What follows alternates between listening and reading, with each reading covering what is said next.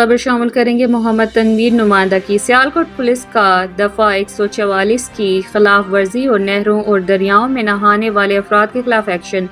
105 افراد گرفتار، مقدمات درج، مزید کارروائی جاری۔ سیالکوٹ پولیس نے نہروں اور دریاؤں میں نہانے پر پنجاب حکومت کی جانب سے نافذ دفعہ 144 کی خلاف ورزی پر بھرپور کارروائی کرتے ہوئے 105 افراد کو گرفتار کر کے ان کے خلاف مقدمات درج کر لیے ہیں۔ یہ کارروائی district police officer Sialkot Faisal Shahzad کی خصوصی ہدایت پر عمل میں لائی گئی۔ اس ضمن میں پولیس کی خصوصی ٹیمیں تشکیل دی گئی ہیں جنہوں نے ضلع بھر کے حساس مقامات، نہروں، دریاؤں اور آبی راستوں پر نگرانی کرتے ہوئے قانون شکن عناصر کے خلاف مؤثر کارروائی کی۔ ڈی پی او سیالکوٹ کا کہنا ہے کہ یہ اقدامات شہریوں کی قیمتی جانوں کے تحفظ اور نہروں میں نہاتے ہوئے ڈوبنے کے بڑھتے ہوئے واقعات کی روک تھام کے لیے کیے جا رہے ہیں۔